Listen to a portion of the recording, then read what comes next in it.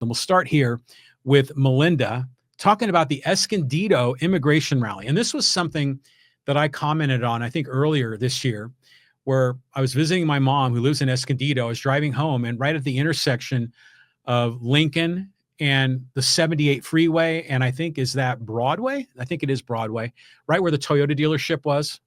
There was a big big pro-immigration rally, pro-immigrants, both legal and illegal. And it wasn't so much anti-ICE. This was before Trump got really aggressive. And I was just commenting on what I observed, in which, by the way, I saw a lot of positive energy. I saw families and children, and I saw American flags waving, which I thought was great. I saw some Mexican flags waving, which I thought was detracting from their message. Because I think these are people that want to be in America. They should be embracing American values and the American flag. And by the way, embracing life, our rights of life, liberty, and the pursuit of happiness, and essentially undercutting the whole MAGA movement and the notion of what America really represents. But here, Melinda, she had a different opinion. And she says, that's gang territory. Consuelo Martinez's district. I guess she's one of the city council members in Escondido. She's the champion of illegal immigrants. Stole her spot from Ed Gallo. You love what they're doing because you don't live there. Well, I live close. I live in Poway. We border Escondido, and I'm up there quite a bit. Again, these were well-behaved protesters. They were on the sidewalk. When they crossed the street, they had the crosswalk going. And they were just kind of following the rules. They weren't obstructing other people from moving around, getting around. They were just expressing themselves, and I thought did it with a lot of positive energy. But I know that Escondido is definitely probably a lot more MAGA than even Poway.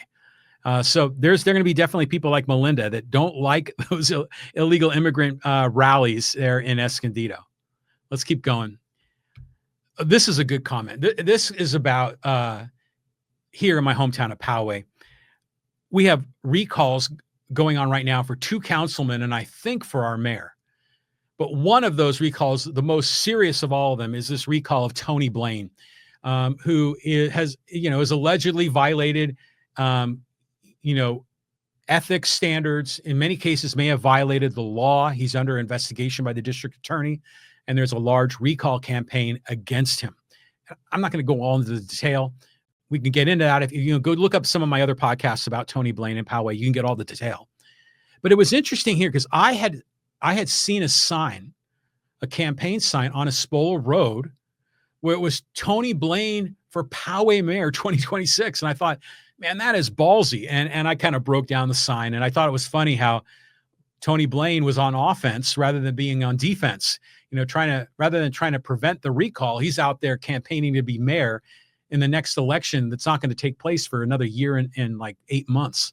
It was crazy. But here, Anita Anders responded, and she says, hey, those signs that he has on Espola are not okay with the owner.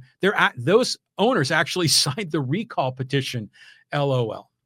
And it's funny, you see those signs, they're in that kind of right of way in between the road and the backyard fence of some of those homes. So is that the homeowner's property? Is that kind of the city? They call it right of way. It's sort of a buffer zone. Is that where that is? I don't know, but it's interesting. I'll tell you what, when I drive around Poway, I see a lot more recall Tony Blain signs than Tony Blain signs for mayor, and it's really not even close. Okay, let's keep going here. And this is from John Converse. Oh, and I was talking about the Trump tariffs. Trump always chickens out, right? He set the tariff and then he backs off on the tariff, and it just con man actions A, B, and C. And I was talking about how Canada's not ripping us off. China's not ripping us off. It's just trade, man. We give them money, they give us goods. And then they give us money and we give them goods. And then there's a trade surplus or a trade balance, but that's just like that's just like something on a spreadsheet. It's just an addition of all the amounts of trades. But every trade is, for the most part, win-win. So there's no subsidies going on here. People are just buying stuff, and some people buy more than others. But here, John Converse says, it is a subsidy. When the amount being spent on one side far exceeds the value or monetary gain from the other, that is in fact a subsidy. It is insane how many people in America don't understand basic economics. This is like Econ 101. Because if America is buying steel from Canada and we're importing it in, we're giving money to Canada, we're getting steel in return. Well, we're buying that because we think the steel is worth that amount of money. They negotiate probably a deal, and where both sides say yes, the buyer and the seller of the steel both say yes. And when they do, the value is even. Well, maybe not even. It might be the buyer probably values the steel more than the amount of money he's spending. That's why he's trading for the steel. And the steel manufacturer might be valuing the money rather than the steel itself, because they're going to get more money than what the steel costs them to make. So both sides win, both sides profit. But it's not a subsidy. When you go to your grocery store and you buy stuff from your grocery store, that's not a subsidy, it's trade. Why do people get this confused? You know why? It's because Trump is out there on the bully pulpit lying about this over and over again. He's the one that says China is ripping us off, Canada is ripping us off. He's the one that's saying it's a subsidy. We're subsidizing these other countries because of the trade deficit. He is lying through his teeth.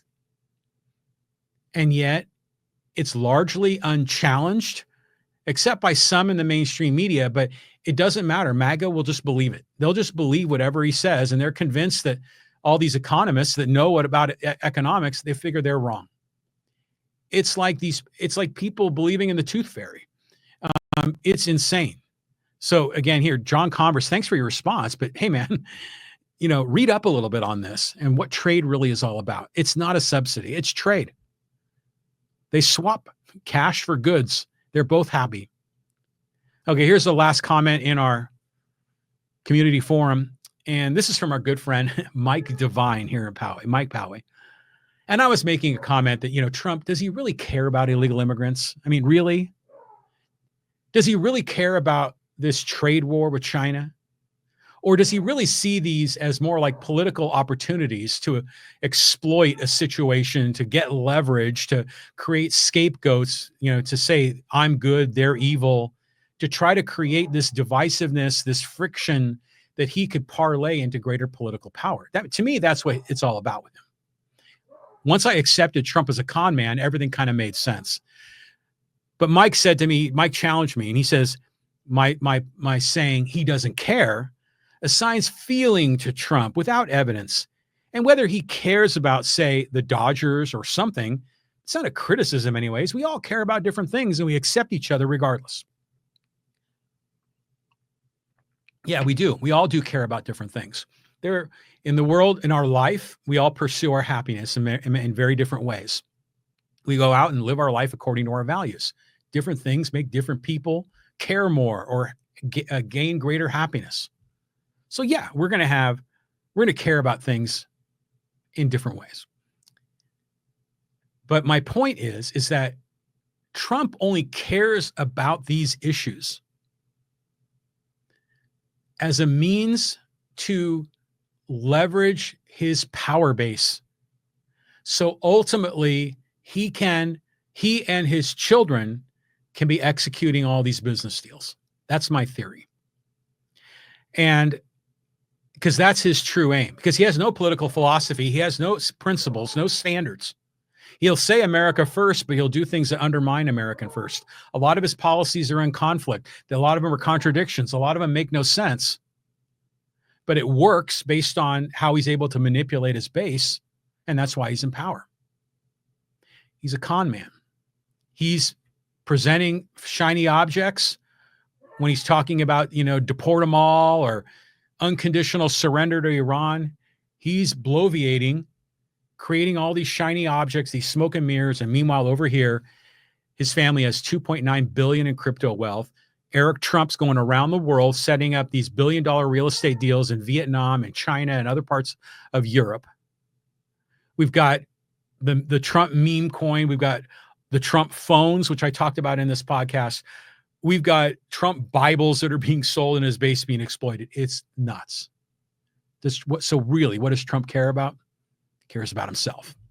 That's one of his big problems of him being a president. We need a president that cares about America and cares about American values and wants to project, like Ronald Reagan talked about, the shining city on the hill, which I thought was a wonderful metaphor that Reagan talked about.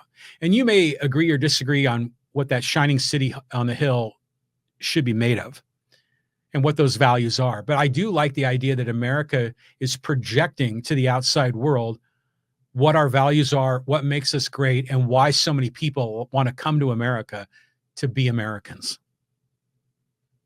In my opinion, it comes back down to our inalienable rights of life, liberty, and the pursuit of happiness.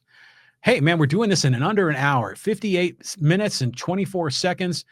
Thank you, everybody, for joining me on this episode number 343 of the John Riley Project. So for life, liberty, and the pursuit of happiness, this is John Riley.